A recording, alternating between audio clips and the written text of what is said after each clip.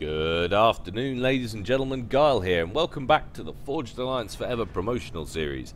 Many of you will have already noticed the addition to the regular programming, that cast that went down on Saturdays, the first League of Legends cast. Mixed reviews, shall we say, is one way of putting it. Oh my goodness me. If you could imagine my virtual environment, and by that I mean the general plethora of different forms of media communication which I used to communicate with you guys and you guys used to communicate with each other.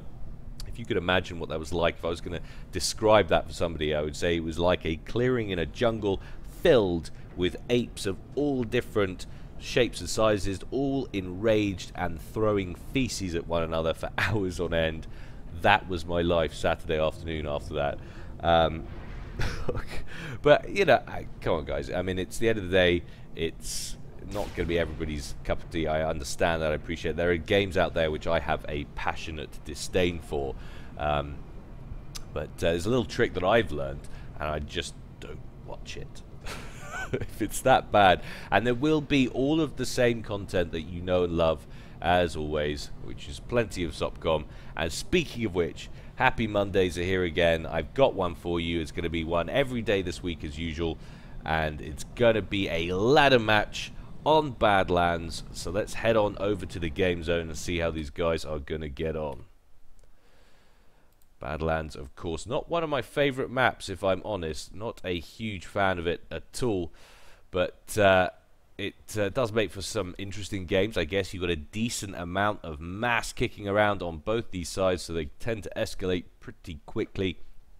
And you've got these three channels, which I just find it a bit two-dimensional. You've got these three avenues of attack, and you know, you kind of get back and forth or whatever. But like I say, some interesting games to be had. And this replay was actually sent in to me by Chosen, so thank you to him. But of course, that's not a spoiler, because you can see he's not actually in the list. And it's also an older replay as well, so this happened a little while back.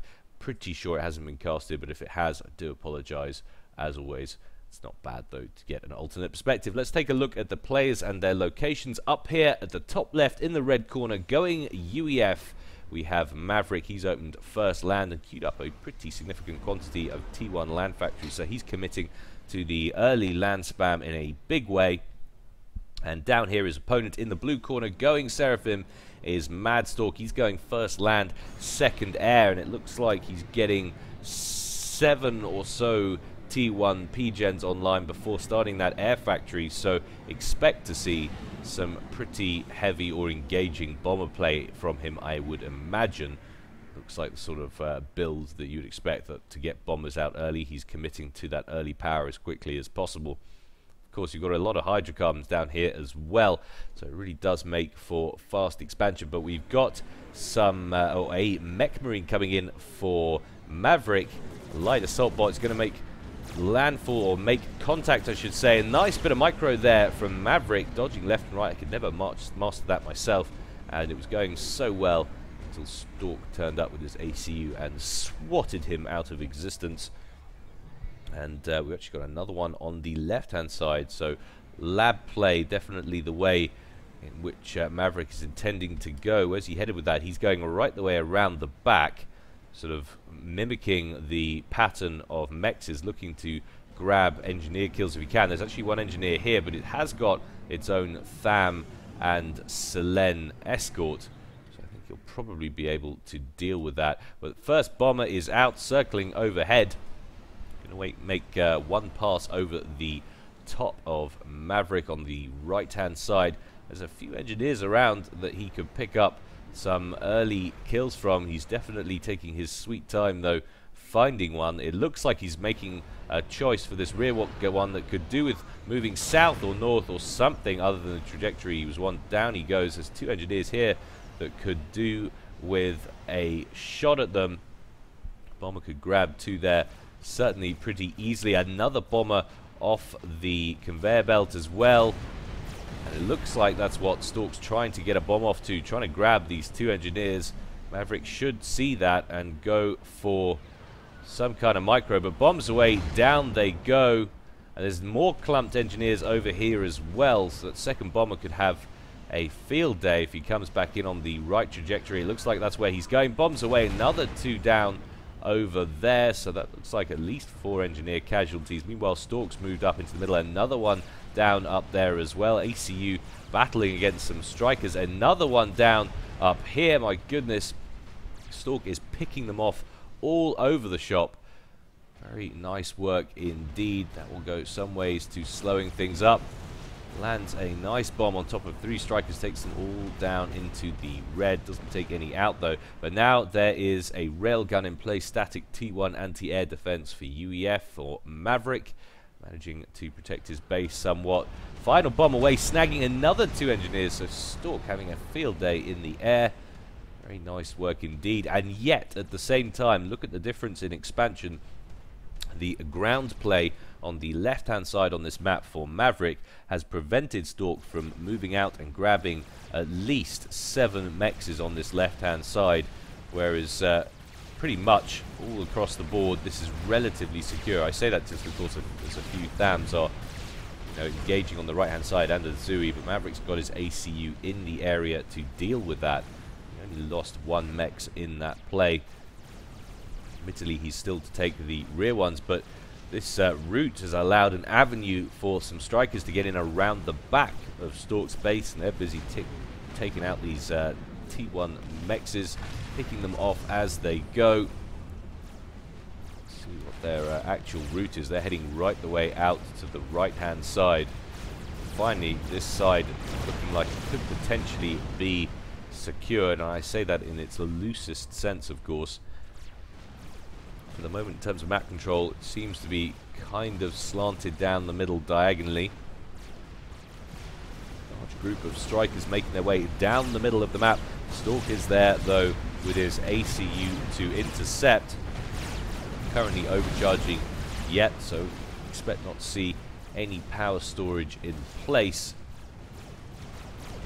It's not easy for quick reference on these older ones to check how the ecos are doing. We'll have a look at that though in just a moment. 1 mex going down on the right hand side. Could be about to grab another one here as well as the Selen goes in for a little extra damage, but finally reinforcements for Maverick will arrive and take out that merry band. Over on the left hand side, another little group of THAMs and a Zui roll up, grab a couple of mexes on the scene before they get taken out. Despite that early push on the left-hand side, it's now been Stork's turn to have some success on the ground. He's committed to the ground play, but both of these guys now making the transition to T2 land after around 9 minutes or so. Got 1 T2 land factory there in the middle for Maverick, and Stork's T2 factory is down here on the right-hand side, already producing both engineers and Ilshivers as well. They're rolling out. It's interesting to see who's going to get the larger group of T2 units together first. Neither of them committing any build capacity that I can see really to that factory, or just the 1 unit for Maverick, so no great committal to reinforcing that production as yet. Maverick grabbing both the plateaus on either side with a nice little drop. Little transport making things work for his team. A couple of NGs off, and they're going to be able to grab it. So it's an extra 4 mexes potentially Maverick should be able to hold at the moment. But a nice little run by, or an attempt at a run by over on the left hand side. Be about to pick up a couple of mexes. It's a decent amount of units from Stork heading up around the left hand side of Maverick's base to grab a couple of mexes in the back as well.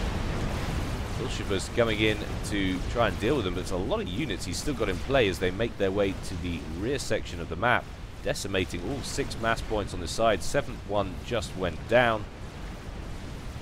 Now quite a large group of T2 units are appearing because look at all the build capacity Maverick has shoved onto that factory. We'll speed things up pretty quickly indeed. Lots of mongoose on the field working away.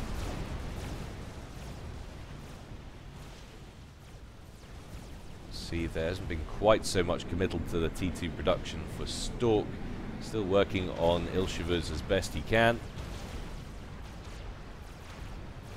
Now posturing on the right hand side for an attack. Maverick His commander is on an upgrade over here. Looks like it's the left arm. Always forget what that actually relates to. So it's going to be the T2 engineering suite. There it goes, just pops up.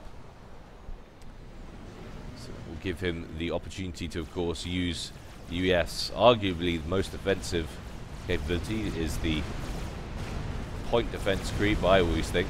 Certainly with Ravagers later on, if he makes the move to T3, but Triad's so deadly against T1. Could go very nicely indeed. And Madstork sitting pretty in the middle under recently constructed shield gens. Don't see any T2 engineers in the area, so I'm guessing he's probably made the transition to the engineering suite on his commander as well. Let's just take a look at that. There it is indeed. The left arm. A little fracas brewing on the left-hand side. Maverick's not going to overcommit, though. He's going to bring his troops back a bit. Quite a few air units over the middle as well. It's going to be tough to say who's got the better of that one. I think it's pretty even. I think there's any one side going to gain a particular advantage. Perhaps, maybe just Maverick now. A little bit of extra micro there went his way in that one. Now Maverick engaging quite heavily with or at least engaging with a feint, coming in, firing a few volleys with the Mongoose, using that epic range advantage that they've got, and pulling out again, using them to great effect. On the right hand side, a little bit of an engagement brewing now. Here, lots of ill-shiver fire coming off these. They tend to make an awful lot of noise, but there's only 4 or so, 5 or 6 in the main picture. So not all that many on the field just yet. Now switching over to the other side, another little engagement, but once again just a feint, using that range as best he can. Very nice indeed. And now we've got some T2 gunships and Bullthus out for Stork. He's working on this perimeter mass, these mass points on the plateau. He's going to bag those two at least, but a wave of interceptors coming in to deal with him there. Down he goes. Could have done a lot worse than to grab that engineer, but it's a wonderful thing having all this map vision. These guys, of course, don't have that. Now, majority of Stork's forces skirting left to cover this left-hand side of the map, as Maverick's managed to push quite hard on this side, using those Mongoose very effectively indeed. So one thing about this map, though, of course, is the craters. Lots of reclaim in there, and Maverick's getting the best of that with his engineers. Get in there and get that reclaim. Give you a pretty good advantage in this one, but of course it also acts as an impediment for the movement of your units. They're not free to move inside this little channel in here. You have to watch your micro and make sure things don't go badly for you. Some T2 PD under this shield now for Madstork, giving some pretty good coverage of the field, protecting this middle section, but also grabbing anything that strays too close coming out of these channels and in towards the main base. Still looking like T2, but we've got a T3 upgrade on the way from that T2 factory for Maverick. Of course, that will leave him without a T2 factory, and it's one of the things I'm pretty excited about with Ngmod. I know it's not everyone's cup of tea, but I'm quite a fan. The concept that it's going to be X amount more easy once you have those first initial upgrades to upgrade those factories. So you get more higher grade factories and not just one T3 and then a bunch of T1s as we've got here. But another upgrade here from T2 air to T3, so Maverick is bypassing the T2 phase altogether in the air. He's not spending any time on it at all, but we've already got T3 land on the field for Madstork. We've had it for some time because we've got a siege tank up here right at the front. That is just enough power to get these little group of units from Maverick to pull back. Tries to push on the left hand side, trying to get a run by. Sure, it's that sensible to commit that many troops down here. He's not going to get away from this horde. He might potentially pick up a couple of mass points, but in the grand scheme of things, is that going to slow Stork down? I don't know. Mongoose making their way to the left-hand side of the map. Skirt around the back, that could potentially cause some more damage. But look up here, lots of triads on the field for Maverick. Nasty little fire base there. He's got his commander safely under that shield. Lots of siege tanks in the mix already. Where are we up to? So we are producing Percivals now in Maverick's camp from that T3 factory. We've got one on the field as well. Bad idea to mix up a couple of Titans in there just to clean up this previous phase of production, all these T1s, but lots of T2 gunships that Stork has been collecting in his main base. Gets in there, there's no skyboxes there to defend those mongoose or mongeese. Answers on a postcard for that one. Pretty sure it's just mongoose. You know what? I'm not even going to get into this after the whole Mantis debacle, so can we just forget I said anything? Skybox are up here, but singular, not going to be enough to put any great damage on these T2 gunships, which are now coming awfully close to Maverick's base with a whole horde of interceptors for backup. We have now got T3 air, though, and ASFs being produced. First one, I think, off the production line. Question is, how well or how long will it last before getting swatted? Answers on a postcard, apparently not very long. That went down, but we've got attack missiles coming in. Buzzkill ideally placed, though, to protect these mass points on the left-hand side, all of which are now T2, so Maverick doesn't want to lose those unnecessarily. It's quite funny, actually. It's a lot more defensive, or defensively secure, I'd say, on the right-hand side for Maverick, and all of these are still T1. He decided to do these on the left-hand side first, but I suppose, of course, this was initially early in the game the more secure side. He had a lot of units there on the field. He had tech advantage at one point, or numbered tech advantage. He had a lot more mongoose on the field than Stork had Ilshivas. Still producing from just that one T3. Maverick's got another T2 land factory over here, which is actually upgrading to T3 as well. So we're going to have two T3 land factories on the field for Maverick. Not currently noticing any real upgrading work going on for Madstork, so he's sticking on the one for the moment. Potentially see how that's going to affect him in the long game.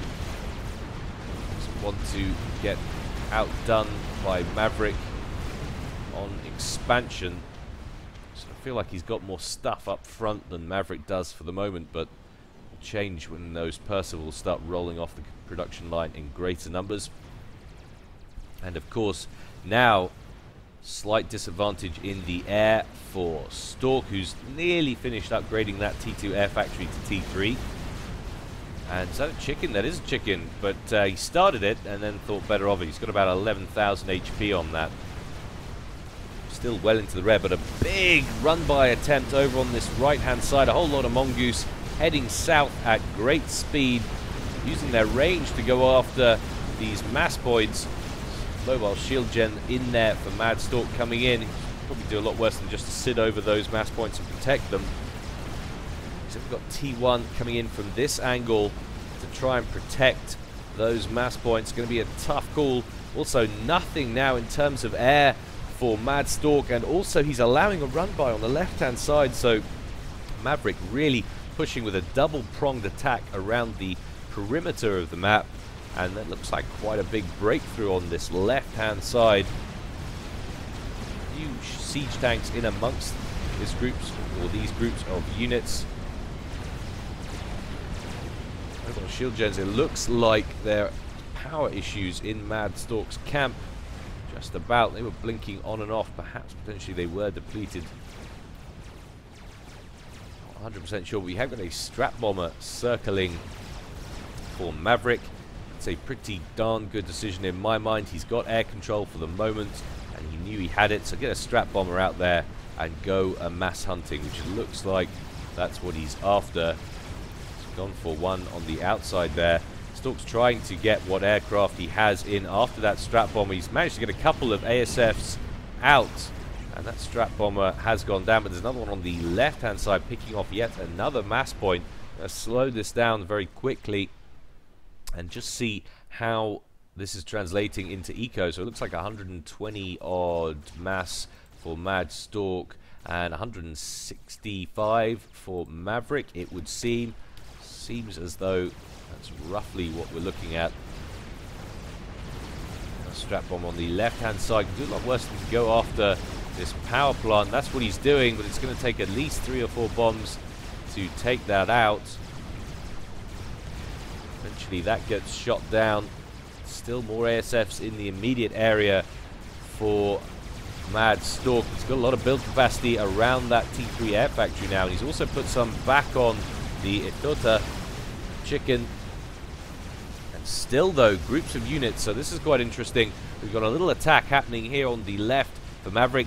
That run by that came down the far left, we've still got some skyboxers, a couple of T1 in there, and also 3 Percys. And I don't see any siege tanks at all in amongst that.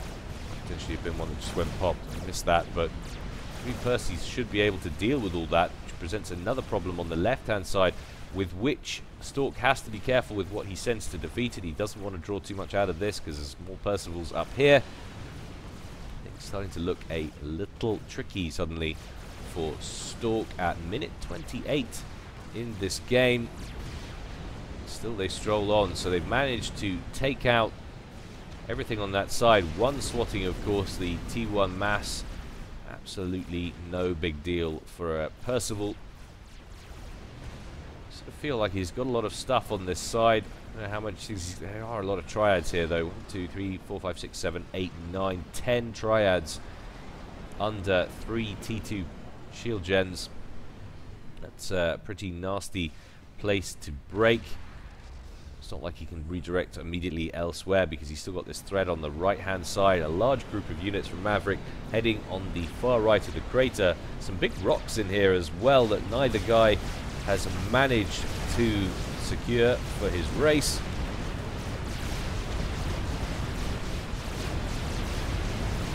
Maverick having to pull back once again. Question is, what's the status on that chicken? 61,500 HP, and we've got Fat Boys up here under or in production as well for Maverick, so the game has reached that critical experimental phase. Lots of build capacity devoted to it, and still those Percivals, or at least 2 of those 3 Percivals, still alive over on this right hand side, taking out this horde of T1 2 units at a time. A little bit of micro wouldn't go amiss. There's a lot of Zooies in this sort of group of units here that's creating trouble for him, but they can stop there instead of pursuing interesting choice. I have to get in a couple of units down here to kill these 2 off. He wants to get back some kind of security at the rear of his base, but quite a heavy extension of this group of units over here from Maverick with 4 Percivals in it. Stork senses a little bit of weakness there and steamrollers in, trying to finish off those Percivals as best they can. And as far as I'm concerned, this is why UEF don't need a direct fire experimental. Percy is just too good. Siege tanks wailing away on the T1. I do love the siege tank as well. It's so useful at taking out T1. It's pretty good against T3 as well. It does pale a little bit compared to Percival. But now that chicken is rolling up the field down the middle, and at this round about the same time the Fat Boy gets completed from Maverick as well. That's heading south. Let's see what Stork is made of. He's got a couple of mobile shield gens behind that, ready to give it some cover, and I think it's going to need it as that Fat Boy comes into range. It's going to try and outrange the chicken and get as many hit points off it as possible, so Ravages and other stuff in the main base can get the work done. Triads open up as it comes into range, and Madstork backs away, probably just to get under the cover of shield gens, I imagine, or he's lost a hell of a lot of hit points, down to 19,000. And he needs to be careful. Artillery shells actually flying over the top of the shields there and still connecting. So Stork backs away, doesn't want to throw away that experimental needlessly, and more importantly, with which doesn't want to deliver a huge mass package to his opponent, which could be what he does if he drops a chicken right there. As he's moving forward, not going to get anything too much done. That's a free gift for Stork, who promptly swats it with a chicken while it sits under pretty good cover from these shield gens. Bit of a feint on the right hand side, looks like it, or thereabouts. Fat Boy moving forward, of course, using that range as best he can. Say a few tac missiles wouldn't go amiss. There is actually a tac launcher there. A few of those, or a commitment to a few more of those, might not be a bad idea. Fat Boy rolling forward.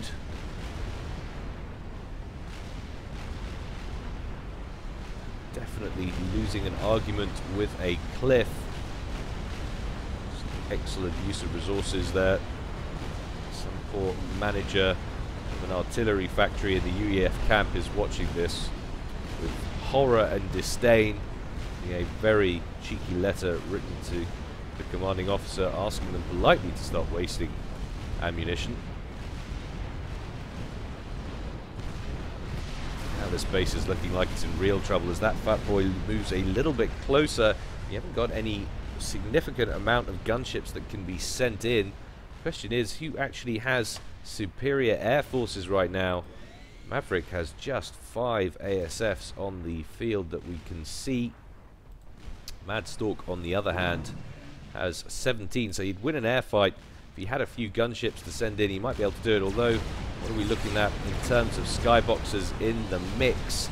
Can't immediately see many. There's one there and another one there, so there's a little bit of gunship protection or gunship coverage. Fat Boy is moving awfully close, but I like what Maverick's doing. He's got a decent accompaniment of units with him to protect it, but a second Ethota is online, a second chicken moving forward. Get the drop on that Fat Boy. Could potentially salvage this situation. Maverick up here producing yet more fatties. Knock that back up to +1, and in come the Ethotas firing their main cannons. The big shiny plasma balls of death come in, connecting with a Percival, taking that out. And then they refocus their fire onto the fatty, who tries to make a hasty retreat at the speed at which fingernails grow, but he's not going to get away. Surely he's not going to get away. As they redirect fire once again. Oh, there it goes. Now, 2 dangerous experimentals heading north. They could do with taking out that Percival. They're going to do. One is very low on health, down to around 2,000 hit points, 1,500. Shield gen comes in at a nice time, down to 300, 200, and then it goes down. And now Stork's going to have to move his units out the way as that Ion Storm unleashes hell on everything in the area. Stork's going to continue north with that chicken. Imagine Maverick's probably going to have another fatty online before things get too critical. What's he doing on the Ravager count? Still just 1 Ravager, so Maverick not overcommitting to the static defense. I like that. No good building a ton of Ravagers here, using up all your mass only for your opponent to go up the right-hand side. Sort of feel like a chicken or two, one of the other avenues, like a chicken down here or something, could open all of this up, take out this other T3 factory. Once this firebase is down, it'll really open up this whole side to any kind of attack you want. Still T1 on mass extractors on this left-hand side. We'll take a look at how things look on the eco. Huge mass bar for Stork, who's getting a lot of reclaim off these experimentals in the middle. He's up to 32, 33,000 as opposed to Maverick, who's sitting on 14,000. I think a lot of that is going to be those experimentals that he's busy hoovering up, and that's going to give him a nice mass gift. Of course, the fact that he's had this chicken, been able to secure this middle to allow these engineers to get in here to grab this mass, this could give him a pretty significant advantage. Another chicken is almost built. Look at that, and he's full mass bar. He's literally going to be spitting these out. Maverick's got to be a little bit careful here. Knock that back up to +2, and the latest fatty that's now online is coming in. It's going to wipe out most of these engineers. This is why having a attack missile launcher up the front is always so useful, not just for going after units or buildings, but to take out mass wrecks that you've left, little gifts that you've left your opponent. Such a nice, easy way of committing to an attack without worrying about consequences so much later on. Very far forward triad that this cheeky little engineer managed to get up. He's now running for his life, remembering the promise he made to little Betty before he left that he'd be back. But he's going to get back. He probably shouldn't hang out in the middle, but over here on the left-hand side, sorry, in the middle I should say, to the right-hand side, two chickens seeing off that fatty, making him withdraw a little bit. Maverick not any closer really on any more fatties, but a whole bunch of siege tanks just sitting there eating fire from that fat boy. Stork finally pulls them back. Cheeky little engineer drone out there, UEF engineer drone from Maverick, trying to grab some of that mass. Stork spots that and promptly zaps it out of the sky with an ASF or two. But I do like that play, very cheeky indeed. I'd be in there, I don't know man, I'd be in there with engineers now if I was Stork hoovering up that mass. I wouldn't want Maverick to get anything on that he didn't deserve. Even if you're sending them to their doom, just try and get what you can get. I suppose he's got a, or he had a attack missile launcher. That was actually in that little forward base, so he doesn't have the immediate ability anymore to snipe those wrecks. Another chicken though, almost done. Working on a nuke defense as well, Madstork, or he's worked on a nuke defense, working on the missile in the silo, I should say. Once again, Maverick moving his micro with that fatty very nicely indeed. Some real skills with that, keeping the range perfectly, allowing those chickens to get too close to it at all and use their outrageous weaponry to finish it off. Once again, he moves forward with it, working on those shields. Madstork's not giving him too much to target. So many T1 inties on the field still for Stork. Another Ethota down and in production.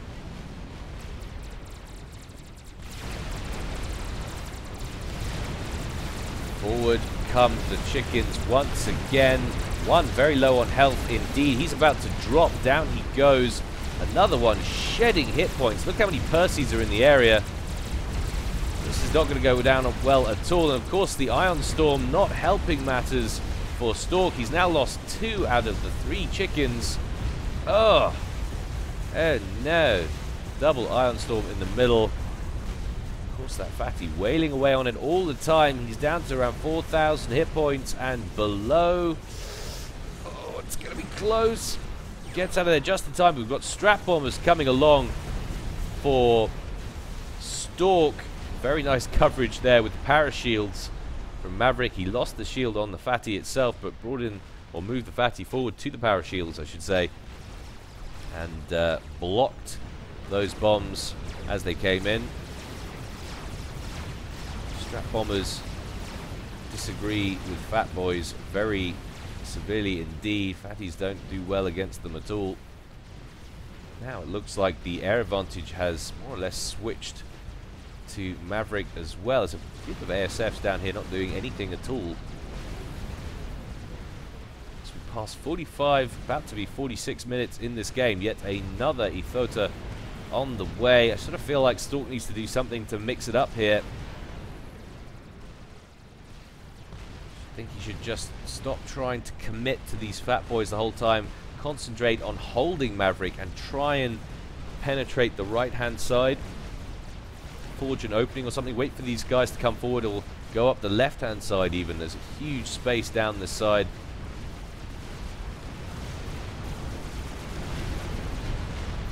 These would not be able to be everywhere at once.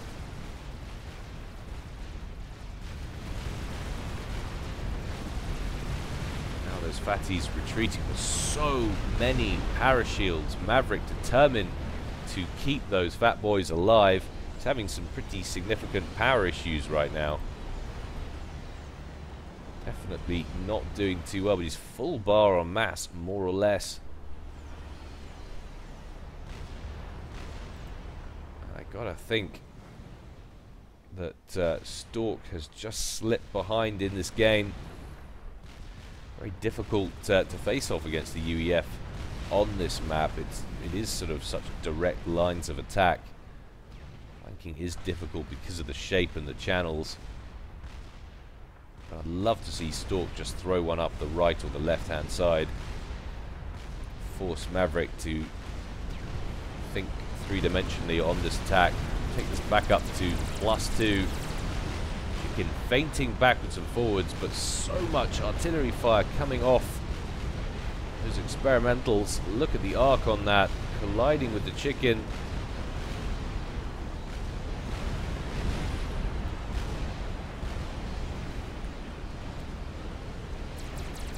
An idea of how the battle is looking as everybody commits seemingly at the same time. A lot of fire being directed at this primary chicken. Fat Boy on the right hand side goes down though. Has Stork earned himself a reprieve? There are an awful lot of Percivals on the field. They're running for their lives as best they can. Down. Another Fat Boy goes, and it's just Percival's left. Still make a real mess of these two chickens. One's left on around about 25 HP or so. 5,000 HP, down he goes, and this one plummets. Look at the hit points just fall off that one. Down he goes as well. Wham, bam, thank you, man. That's a lot of mass that's now sitting in this central section.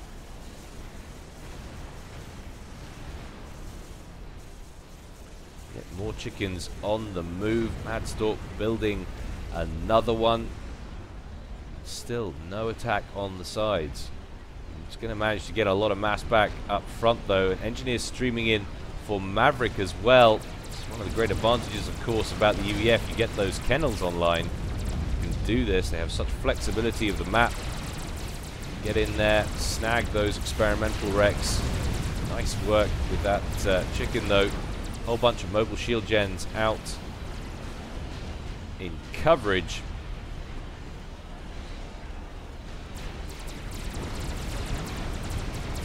Bam, thank you, ma'am. All those engineers going pop and not getting a great deal of mass out of it either.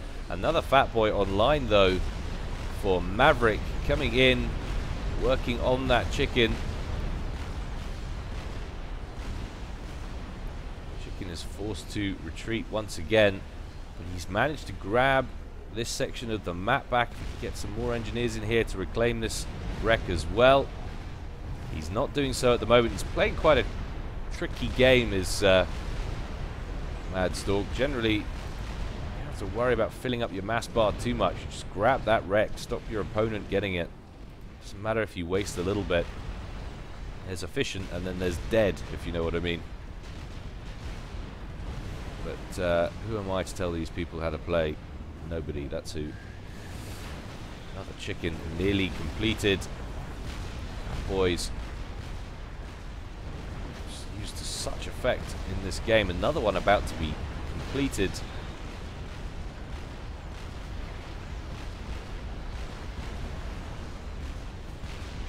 really is battle of the micro. Who's going to come out better with this whole ranged issue? Anyone who says UEF late game sucks, I'd like them just to witness this and take acknowledgement of what it is they're looking at. 3 chickens now marching forward, 3 very healthy ones as well. Maverick's going a little bit too far forward with that Fat Boy, and surely that's going to be insta-kill. Down it goes. Bam! Slight mistake there. That's a good thing about the chickens as well, as they've got this anti-air, so they can go after these drones. It takes a long time to actually connect with them, though. Another Fat Boy online. surely, Stork, send one or two up this side. And then you'll be forcing Maverick to make a different maneuver other than straight down towards your base. Certainly not in any danger of breaking him at the moment. Sort of feels like if he takes the foot off the pedal at any time with the amount of Ithotas that he's making, he's going to lose instantly. I just picture that that's what's going through Madstork's mind. Needs to continuously make these things, or Maverick will eventually overwhelm him with Percy's. Not enough respect given in this to the siege tank. He is still making occasionally, I think, but mostly it's just shield gens. Maverick's got so many Percivals though, look at that. And if anything is going to win this game for Maverick, it's not going to be the Fat Boys, I don't think. It's going to be the Percivals. Fat Boys are all well and good, but you've got to have something chunky to dish direct damage. Now 4 chickens online as well. He's also trying to produce more T3 power gens. Keep all of these extra mobile shield generators online. Chickens moving forward, and once again the whole army from Maverick withdraws. Front chicken exposed away from shield coverage, eating an awful lot of fire. Got hit pretty badly. Tries to skirt laterally to avoid some of that fire. Isn't going to make it. That Fatty withdraws to safety once again, and another one online for Maverick as we hit 57 minutes in this game. Could it go to an hour? I think it might. Over here on the left-hand side, Stork needs to be careful. This is what I'm talking about. A rogue Fatty that's just heading down the left-hand side. Nothing down here at the moment in place to deal with it. A few engineers going forward again from Madstork to try and pick up that mass. This time, not having so much luck. This is a lot more dominance than we've seen from Maverick in the middle, and a lot of interceptors as well. So air control firmly in his camp for the moment, I think. We've got T1 interceptors out the wazoo for Madstork, but it's not going to contend too heavily in an air fight. Now we've got a double-pronged push from Maverick on both sides. 4 chickens online, 2 being dispatched to this Fat Boy over here. All 4 mass points have gone down here. We're probably going to lose these 2 here, and potentially Maverick could threaten these 4 down here as well. So we're just going to slow this up a little bit. Got 2 fights going on simultaneously. Let's go to split screen and keep an eye on them as best we can. 2 siege bots up the middle, raping that Fat Boy. Down it goes, but retreating in the face of Percivals. Meanwhile, over on the left-hand side, we've got the 2 chickens from Stork just closing down that Fat Boy. That finally goes down, and now that's gone down, these 2 chickens in the middle are going to take a stand. The 2 chickens on the left are going to have to come in slightly because there's more units that have been heading down the left-hand side for Maverick. Shields going down in the middle for Maverick as well. Finally, that chicken goes down. Look at the damage coming off those Percivals. Brutal. And now this siege bot from Stork's going to have to get out of the way once again because of the storm issue. Go back to single screen. Still 3 chickens online.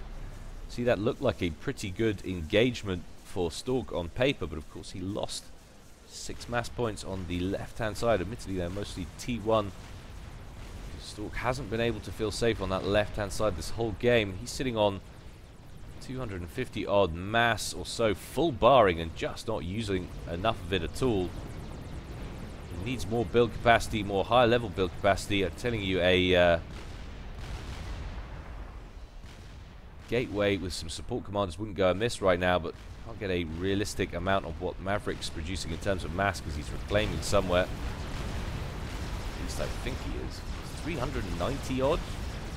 390 odd mass for Maverick, so he's way ahead in this game in terms of eco. It does kind of show, and look at the amount of spearheads that have suddenly come in. So this is a nice change up in tempo here from Maverick. He's pushing forward. He's got parashields in the front. He's got spearheads behind, accompanied with Percival's. A Fat Boy in there for support, and overwhelming air superiority. He needs to get in here with these ASFs, but there's a snipe attempt happening on the left-hand side, and Maverick is not going to fall for it. He spied it. You can do that by checking out the speed at which the bombers move.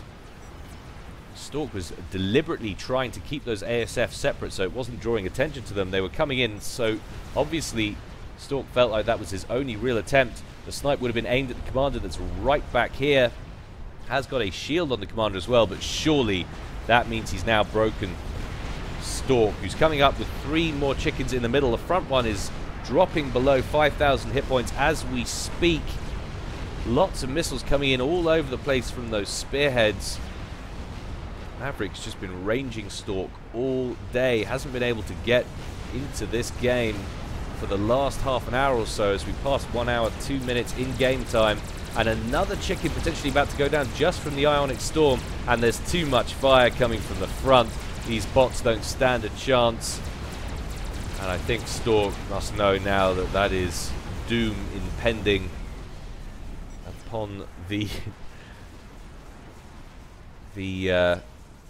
Seraphim Nation on this map. Nice run by on the left-hand side. Groups of Percivals. Stork complaining in chat, of course. He has issues with the late game Sarah. I don't think it does. I actually think Maverick has played this very nicely indeed. And it just wasn't enough impetus on manufacturing T3 units. If we were just sitting here with Fat Boys, this wouldn't be happening right now, but it's the compilation that he's got of Fat Boys, of Percivals, and now these spearheads as well, which will make life equally different. And of course the massive air control that he's gained. Just think Stork took his foot off the gas a little bit in expansion. Look at all the mass and eco that he's got at his disposal that he hasn't really been using or taking advantage to over the course of the game, and that's the difference in this one, I think, between these two guys.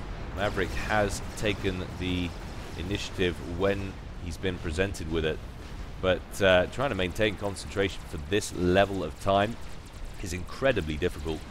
I've got to late games in the past, so I've just gone to pieces and I'm just like, I don't know what to do now. Brain fried. That's one of the difference between Subcom and other types of strategy games. The sheer scale of the whole thing is a something you've got to contend with in itself, not just your opponent. Now pushes coming from all sides. We've got a run by that's gone right the way around the back. Still 5 Percivals in that group and a Skyboxer. We've got spearheads and Percivals heading down the right hand side. The last remaining chicken for Madstork goes down in the middle thanks to the Fat Boy, and a couple of broadswords coming in to help finish it off as well. And Madstork throws out the GG, detonates his commander, and that is game. And Maverick calls it an epic game, proving that he can be polite as long as he wins. Always nice to see. And I hope you guys enjoyed that. I certainly did. What time is here? Might even potentially get another one in today if I'm feeling cheeky. But don't hold out for that one, guys. If not, I will definitely see you tomorrow. So as always, in the meantime, stay well and stay safe. This is Guile signing out.